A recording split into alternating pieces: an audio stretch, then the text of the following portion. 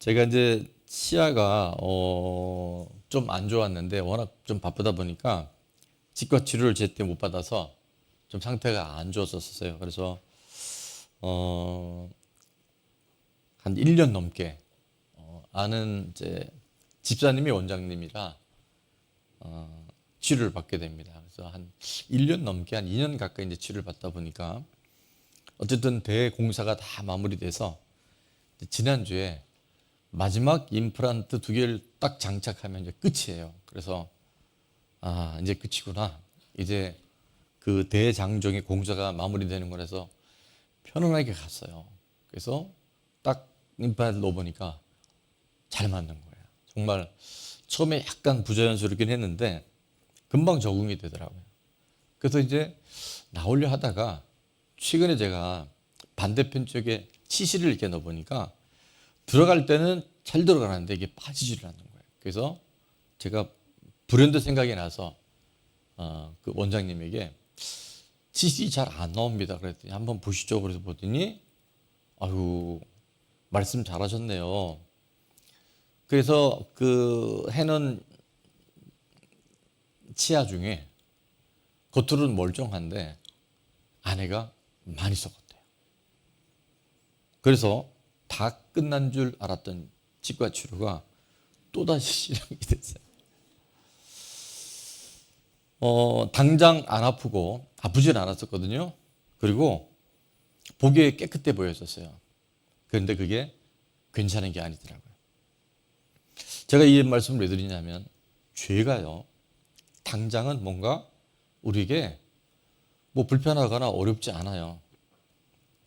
그런데 겉으로 보기에 멀쩡해도 이 손상된 썩은 치아는 빨리 치료를 받아야 됩니다. 그리고 썩었다는 게 드러나야 돼요. 죄가 똑같습니다. 죄는 드러나야 됩니다. 이게 숨어 있으면요, 하나님이 주신 엄청난 은혜와 하나님이 우리와 함께 하시는데도 죄가 그 사이를 가로막아서 하나님의 우리와 함께 하심을 우리가 경험하거나 누리게 되는 게 굉장히 어려워요. 죄는 숨겨놓는 것이 아니라 드러낼 때 치료가 되어주고 하나님의 사랑과 용서를 덧입게 되는 줄 믿습니다. 요즘에 우리가 사무엘 하를 이제 큐티 묵상하잖아요. 지난 우리 금요일 날 기상오기 마지막 날 큐티 본문의 가장 핵심 구절이 하나가 사무엘 하 3장 1절 말씀인데 한번 같이 읽어볼까요? 다윗은 점점 강하여 가고 사울의 집은 점점 약하여 가니라. 자, 저는 이 점점에 대해서 굉장히 많은 묵상을 하게 돼요. 다윗과 다윗의 집은 어떻게 된다고요? 점점 강해져 가요. 점점 강성해져 가요. 근데 사울과 사울의 집은 점점 약해져 가요. 이유가 뭘까? 왜 다윗은, 왜 사울은 다윗은 죄가 없고 사울은 죄가 많아서? 아니요. 큐티를 하신 분들은 알겠지만 다윗도 만만치 않습니다. 특히 오늘 큐티 하신 분들은 더 잘 알 거예요.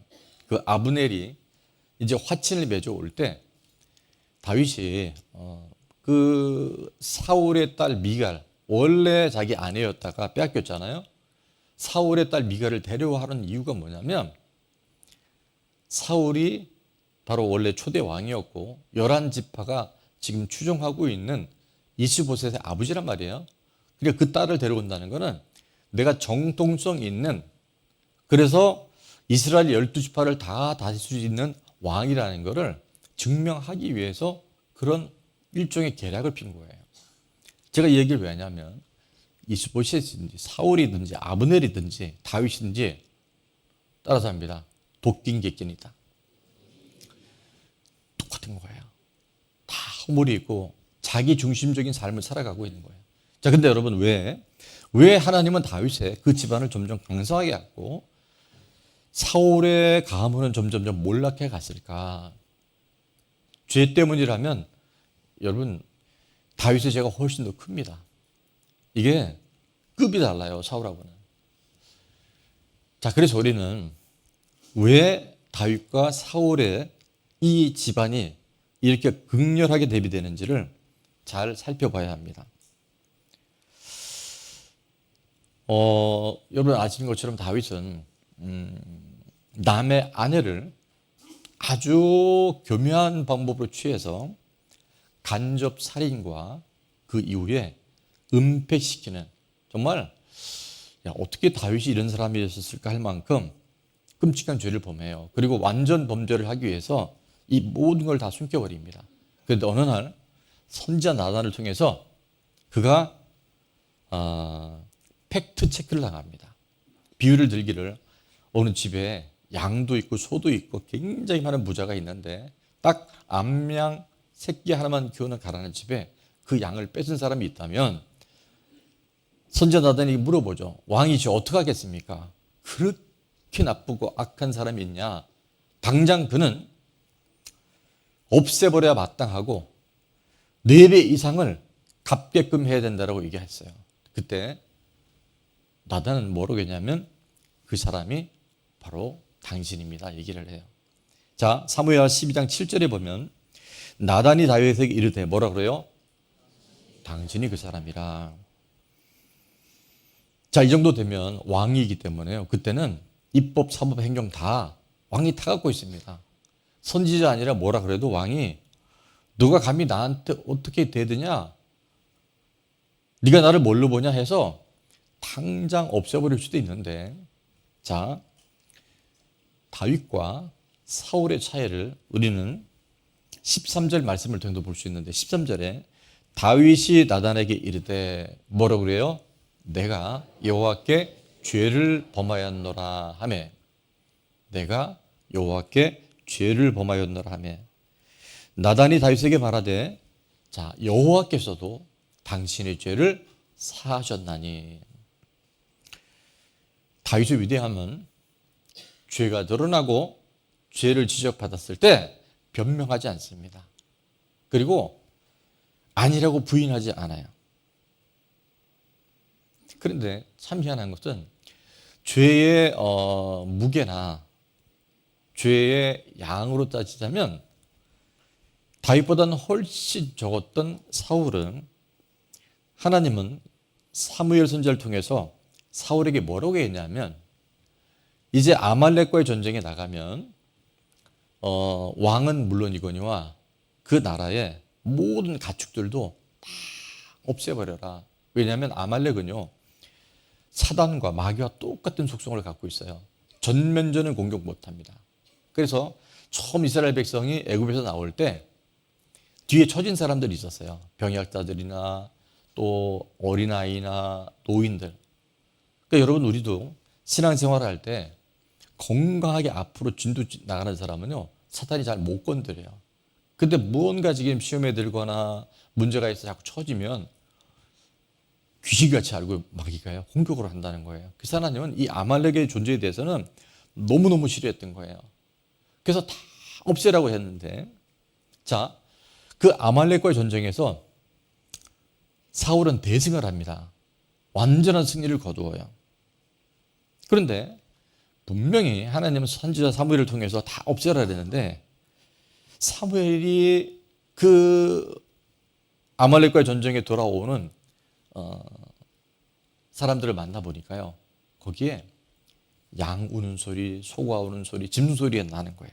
자, 그래서 사울이 사무엘상 15장 15절에 다윗의 이야기를 듣고 이 소리가 무슨 소리냐, 왜 이런 울음소리가 나냐고 물어봤을 때 이렇게 말합니다. 사울이 이르되 그것은 우리가 아말렉 사람에게서 끌어온 것인데, 자, 그 다음부터 보면 참 희한한 얘기를 합니다. 누가? 백성이. 이 백성이. 나는 아니고요. 나는 그런 마음이 없었는데 이 백성이 누구의 하나님이라 그래요? 아니, 좀 전까지는 나의 하나님, 늘 나의 우리의 했던 그가 당신의 하나님이라 그래요. 그러니까 여러분 이게 말에 보면, 단어에 보면 벌써 뭔가 하나님부터 멀어진 사람들이 이야기를 들을 수 있어요. 이따가도 제가 말씀드린 당신의 하나님 여호와께 뭐하려? 예배하려고 양들과 소들 중에서 가장 좋은 것을 남김이요. 그러한 다음에 그 외의 것은 우리가 진멸하였나이다.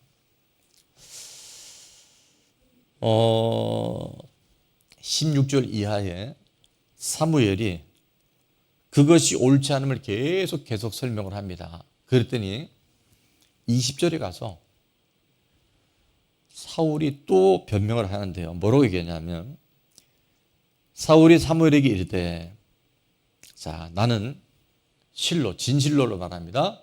여호와의 목소리를 어떻게 따라요? 청종했대요. 나는 하나님의 말씀 잘 들었대요.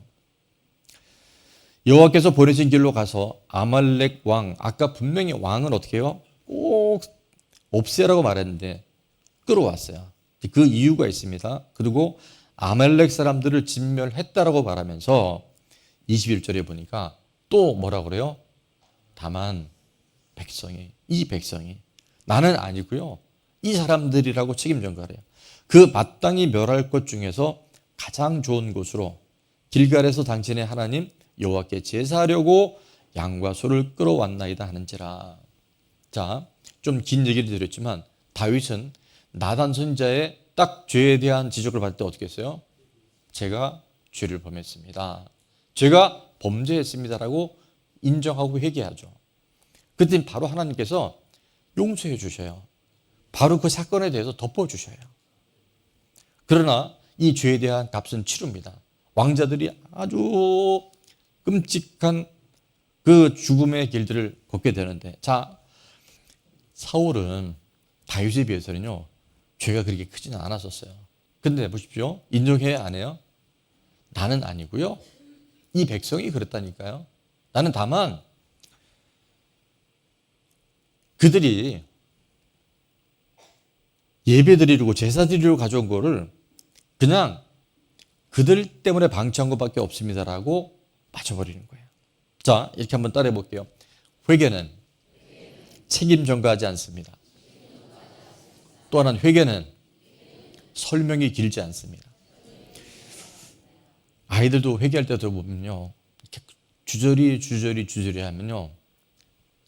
생각해 봐야 돼요.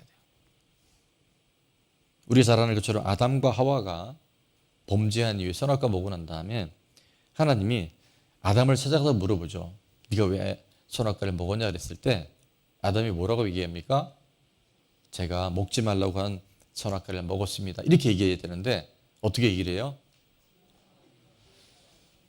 당신이만 하나님이 만드신 이 여자 때문에 그 여자가 먹으러 해서 내가 먹었습니다. 또 하와는 뭐라 그래요? 뱀 때문에 그랬습니다. 이게요. 아담 때부터 태초부터 지금까지 죄를 범한 우리들 안에 끊임없이 유전적으로 내려오고 있는 회개하지 않은 사람들의 공통점이라는 거예요. 저는 오늘 예배드리는 우리 모두가 어떤 모양이든지 하나님께서 우리에게 죄에 대하여 말씀하시고 오늘 예배가 그런 예배가 될 텐데요. 탓하지 마시고 누구 때문이라고 책임 전가하지 마시고 바로 그것이 내 죄입니다라고 인정할 때 하나님이 사울은 패하셨지만 다윗을 내 마음에 맞는 자로 인정하셨던 것처럼 회복의 역사, 회개의 역사를 할 수 있기를 축원합니다. 우리가 이제 에스라서를 다 묵상하고 이제 사무엘하로 우리가 지금 묵상을 하는데 1장부터 10장까지 내용을 간단하게 축약을 하자면 1장부터 6장까지는 이방왕 고레스가 정말 성령의 감동을 따라서 이스라엘 백성을 고향으로 돌려보냅니다. 그리고 성전을 지을 수 있도록 다 도와줘요. 근데 중간에 그 성전을 방해한 사람 때문에 성전이 딱 멈춰섭니다. 그래서 더 이상 성전을 건축할 수 없는 상황이 됐는데 정말 하나님께서 스가랴와 학개 선지자를 통해서 말씀을 되어내요. 이 성전이 완공이 될 것이다. 말씀에 반응한 백성들을 통해서 이제 성전이 완전히 복구화되고 완성이 됐어요. 그것이 1장부터 6장까지 말씀이고 7장, 8장, 9장은 뭐냐면 2차의 포로 돌아왔던 에스라가 에스라와 함께한 사람들과 이제 성전에 오는데 어떤 일이 있느냐? 그들 안에 이방 여인들과 이제 이방 여인과는 이방 사람과 결혼하지 말라 그랬는데 불신 결혼한 사건들이 드러나기 시작해요. 그래서 에스라가 옷을 찢고 머리털을 잡아 뜯으면서 너무너무 통곡하면서 하나님께 회개의 기도를 드려요. 그리고 에스라가 회개하는 그 모습을 통해서 함께한 백성들도 자신들의 잘못을 인정합니다. 그리고 하나님 앞에 바로 서겠다라고 그들이 결단을 해요. 그게 7장, 8장, 9장까지 내용이고 오늘 우리가 읽은 이 10장은 이제 마지막 장인데 거기에 뭐가 나오냐면요. 이방 여인들과 불신 결혼한 사람들의 이름이 나와요. 그래서 원래는 이제 그걸 다 읽을까 했는데 113명의 이름을 우리가 읽다 보면 혀가 쥐가 날 수 있어요. 발음도 어렵고 너무 많아요. 자, 에스라서는 마지막 끝이요. 끝나는 엔딩이 뭐 하나님의 역사, 이스라엘의 축복, 회복 이런 게 아니라 범죄자들 이름이 쭈르륵 나와요. 18절부터 44절까지. 그리고 끝 이러는 거예요. 꼭 프랑스 영화 같지 않아요? 이게 뭘 의미하는지 잘 모르잖아요. 근데 거기에 굉장한 비밀이 있습니다. 왜 하나님은 이스라엘 백성들이 이방 불신 결혼을 한 사람들의 이름을 나레이션을 하면서 이 성경을 끝냈을까? 여러분, 성전은 우리가 겉으로 보이는 성전 매우 중요하죠. 건축 잘해야 되는 거 맞아요. 근데 하나님은 더 중요한 것은 우리의 마음이, 우리의 심령이 하나님 말씀으로 잘 채워져 있는지 그걸 하나님께서 더 귀한 성전으로 보신 줄 믿습니다. 지난주 우리 그 기상 오기 때 함께 영상을 본 게 있는데요. 거기 보면 똑같은 종이컵을 두 개 놓고 불을 딱 붙였을 때 한쪽 종이컵은 그냥 타버렸잖아요. 근데 한쪽에 있던 종이컵은 안 탑니다. 이유는 그 종이컵 안에 물이 채워져 있으면 탈 것 같은데 안 타요. 생수 대신은 또 우리 생명 대신은 예수 그리스도 말씀이 채워지잖아요. 그러면 어떤 공격에서도 우리가 승리하게 될 줄 믿습니다.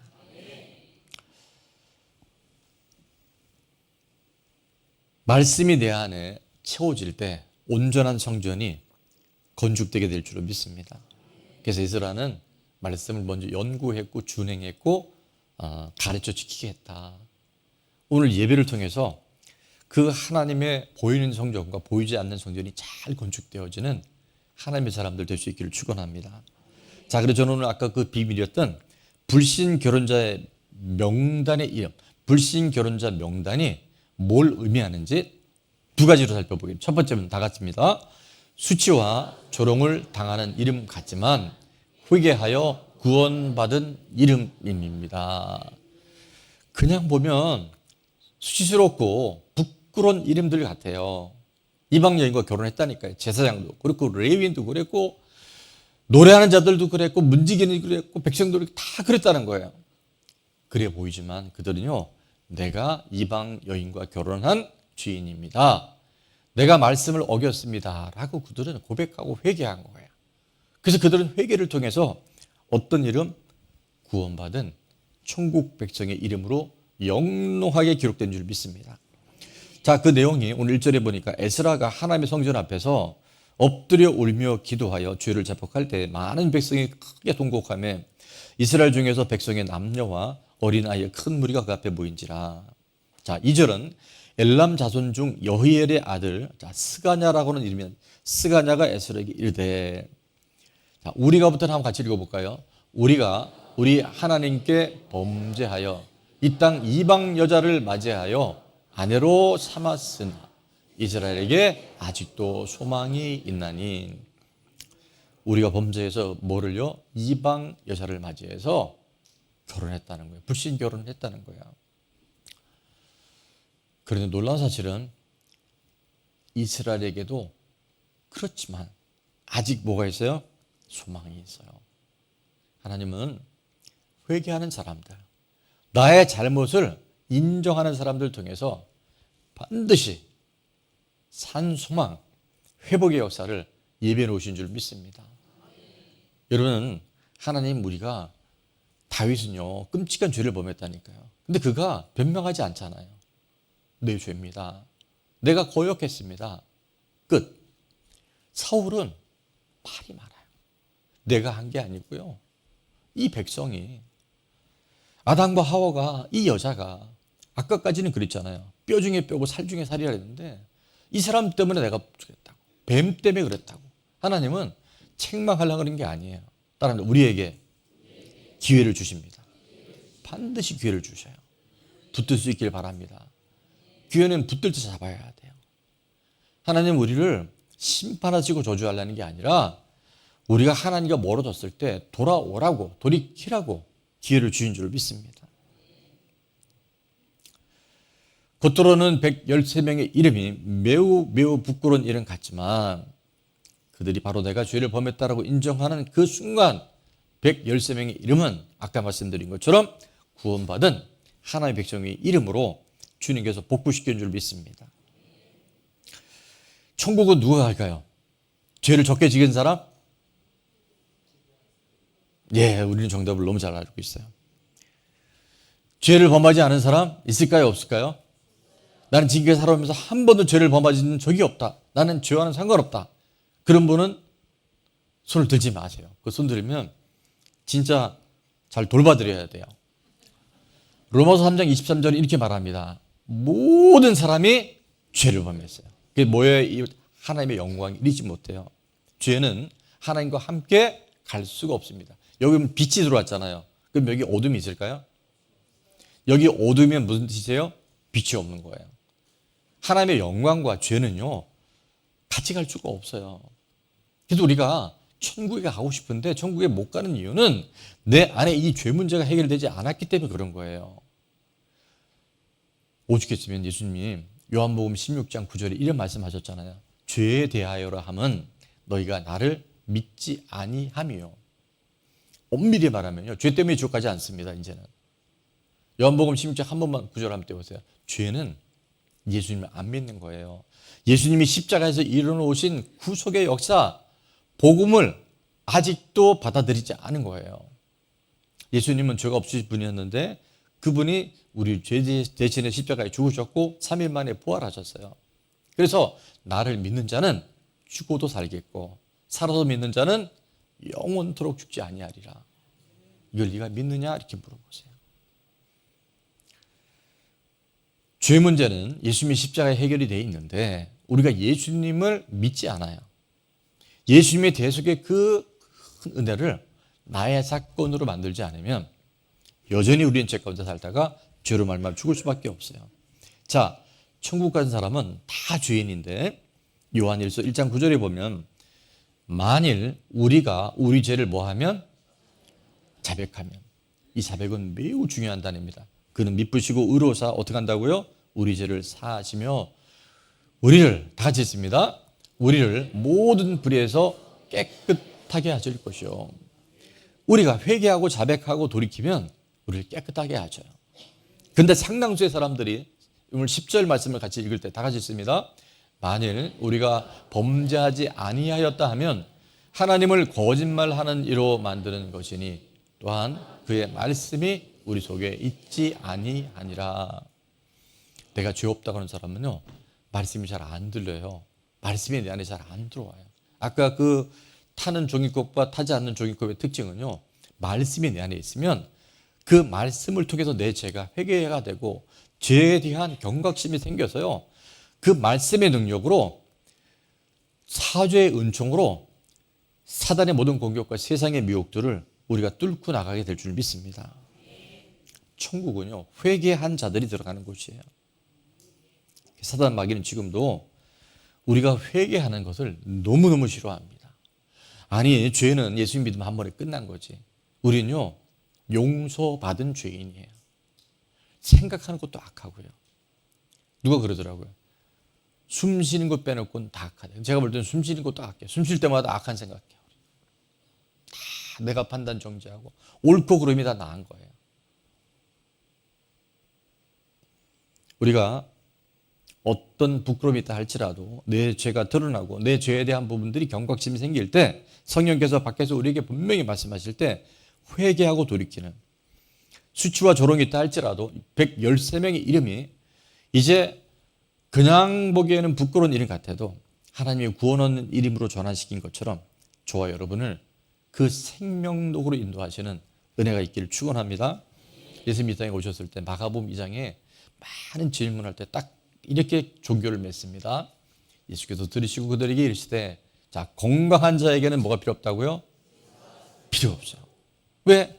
나는 안 아픈데 왜 병원을 가? 근데 상당수의 사람들이 암에 걸린 줄도 모르고 이빨이 썩어가는지도 모르고 병원에 안 가는 거예요. 비유를 드시는 겁니다. 근데 병든 자에게 죄가 드러나고 증상이 있을 때 의사를 찾는 것처럼 예수님은 나의 죄에 대한 경각심을 갖고 있는 사람들을 찾고 계시고 만나신 줄 믿습니다. 그래서 예수님이 이 땅에 오신 이유를 딱 한 문장으로 이렇게 말씀합니다. 나는, 다 같이 읽을게요. 나는 의인을 부르러 온 것이 아니요 죄인을 부르러 왔노라 하시니라. 내가 죄인임을 인정하는 사람, 단 한순간도 예수님의 그 구속, 용서, 사랑 없이는 살 수 없다는 것을 인정하는 사람에게 예수님은 오늘도 찾아오시고 그 삶의 가장 힘든 부분을 주님께서 붙들어 주시고 회복시켜 주신 줄로 믿습니다. 난 예수님 필요 없어. 건강한 사람들 나 예수님 필요 없어. 예전에 그런 얘기 많았잖아요. 전도하면 내 주먹을 믿으라고 하는 사람이 있었어요. 난 돈만 있으면 돼. 기독교 역사상 보면 어느 나라든지요, 소득이 3만 불이 넘어가면 기독교는 급 하락을 합니다.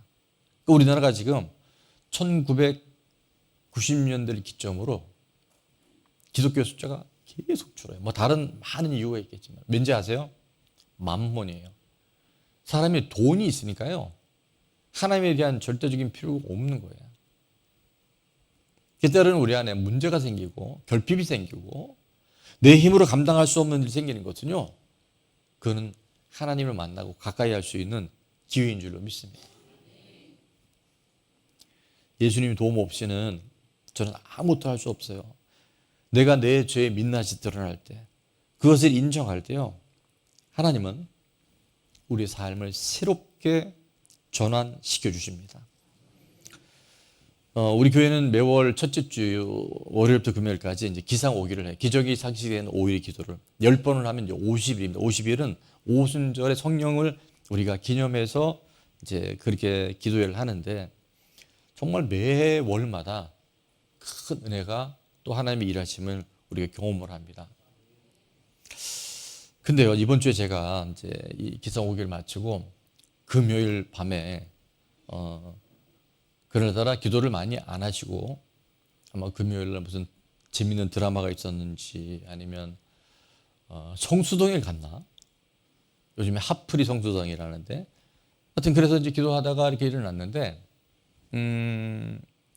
여러분 그런 거 아십니까?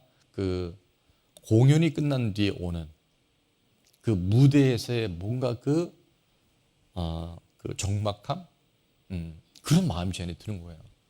한 번도 그런 게 없었는데 왜 그럴까? 오히려 성령 충만하고 말씀 충만하면 그런 마음들이 없어야 되는데 한 곳에 이제 뭔가 이렇게 휑한 거예요. 그래서 제가 이제 성령님께 질문을 했어요. 제 마음에 왜 이런 생각이 들까요? 그랬더니 어떤 생각이 들었냐면, 네가 했잖아.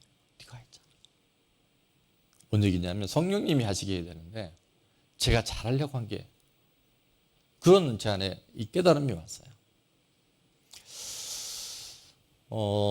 에스라가 회개하고 제사장이 회개하고 이제 에스라서 10장에 회개한 사람들의 목록이 가다 보면요, 지도자들이 먼저 회개를 합니다. 가정에서는 가장들이 먼저 회개해야 하고 선생님들이 먼저 회개할 때요, 회개 역사가 성령이 그렇게 터치를 하시더라고요.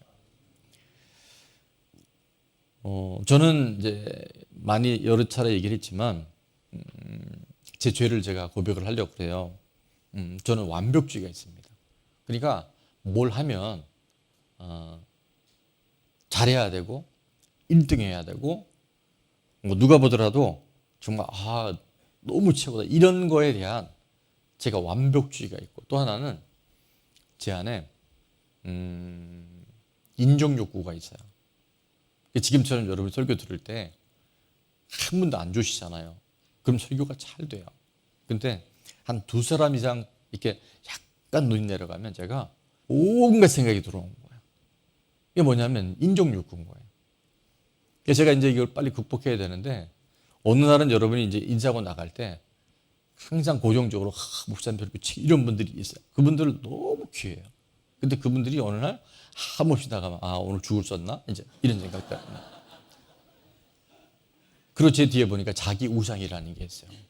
이게요, 두 글자로 말하면 뭔지 아세요? 교만이더라, 교만. 하나님의 은혜로 제가 서 있는 건데, 하나님의 전적인 도움으로 제가 사역을 하는 건데, 마치 제가 잘하는 것처럼. 그래서 이번 5월 기상오기는 저에게 있어서는 참 힘든 시간이었지만, 그날 굉장히 제가 마음이 하여튼 했었어요.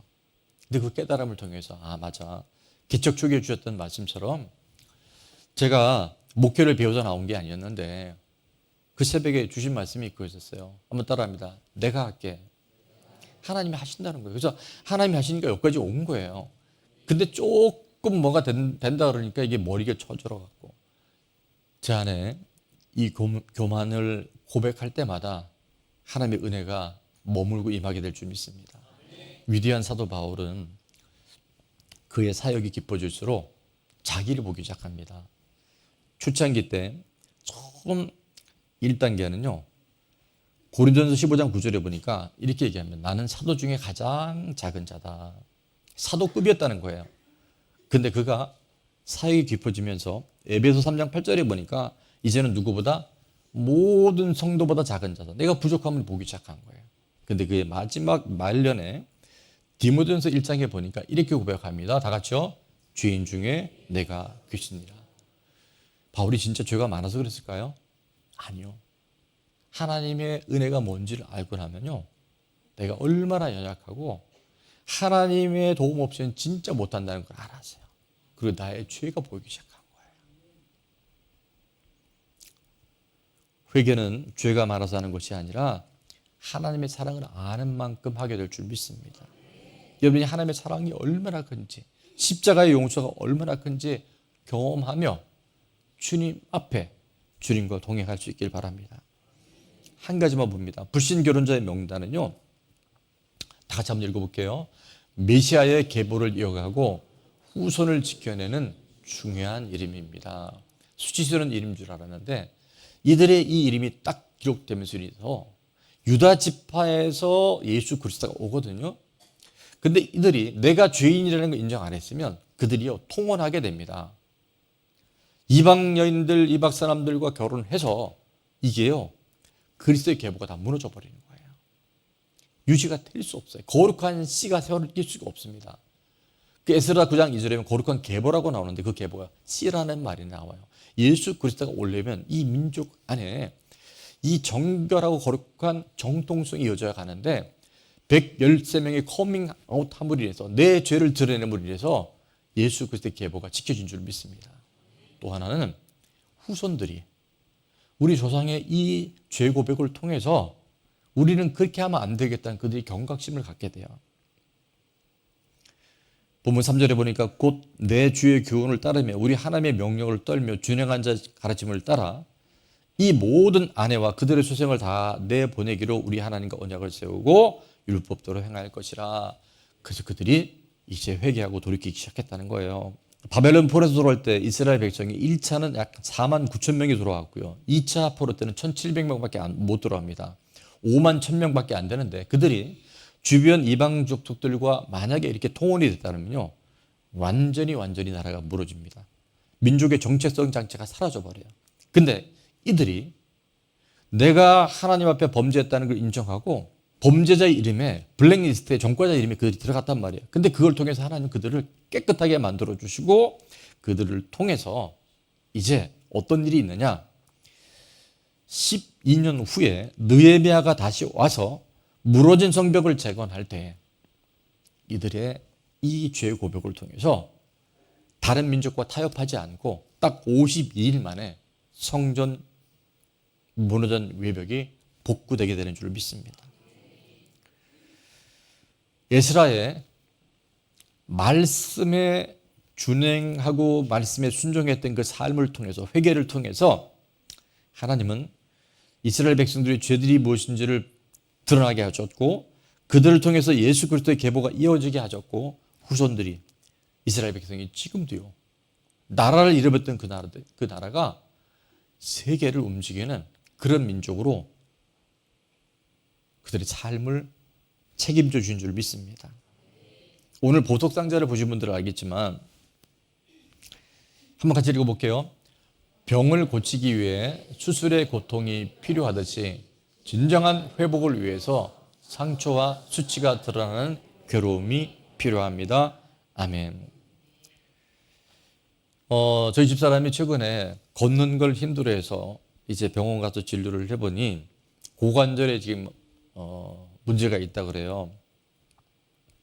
그래서 지난주에는 기상 오기도 했지만 이제 병원을 참 많이 다녔어요. 그래서 엑스레이도 찍고 MRI도 찍고 또 이제 판독도 하고 대학병원 이제 예약을 위해서 이렇게 움직이는 동안 제가 그런 생각을 해봤어요. 저희가 이제 결혼한 지가 한 40년 가까이 돼 가는데 아내가 없으면 어떻게 될까? 뭐 없지는 않겠죠.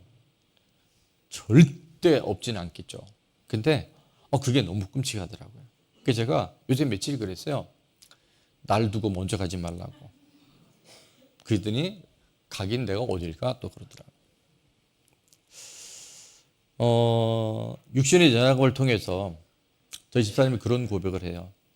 하나님께서 허락하신 가족과 또 맡겨진 사명, 특별히 만약에 내가 이걸 다 감당하지 못하고 뭐 그럴 일이 없겠지만 당연히 가장 후회한 일이 있더라면 사랑해야 할 사람들을 사랑하지 못한 거, 성도님들을 잘 섬기지 못한 것이 제일 후회될 것 같다 그러더라고요.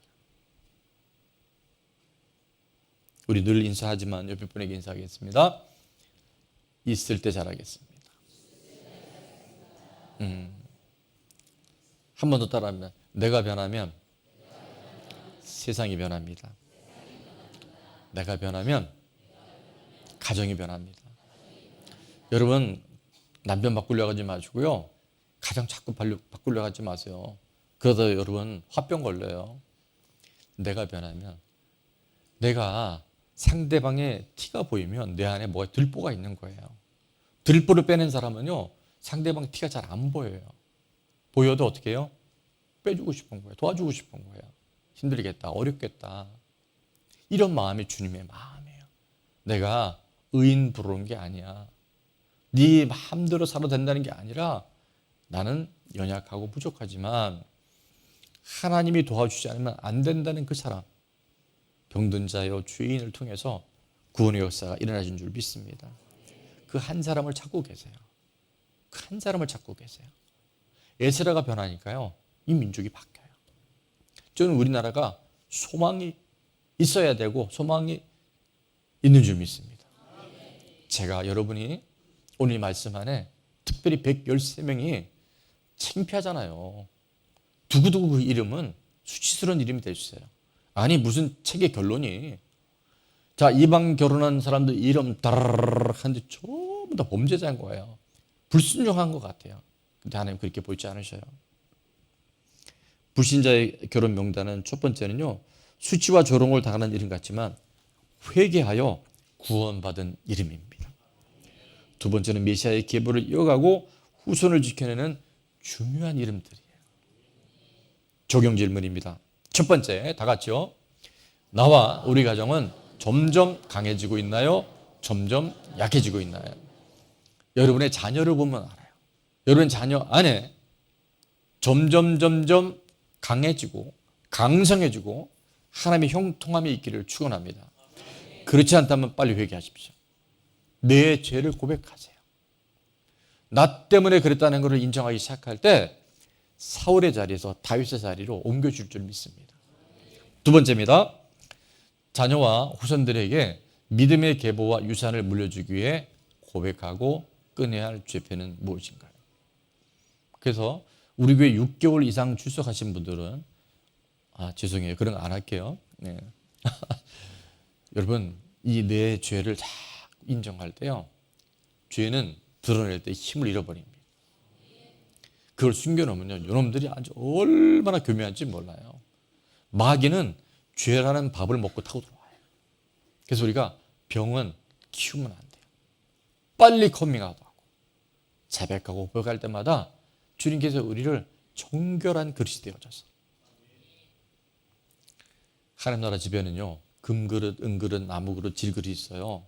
근데 하나님이 누굴 쓰신지 아세요? 어떤 그릇을? 금그릇. 요즘에 금값 엄청 나갑니다. 100만 원 넘어가죠.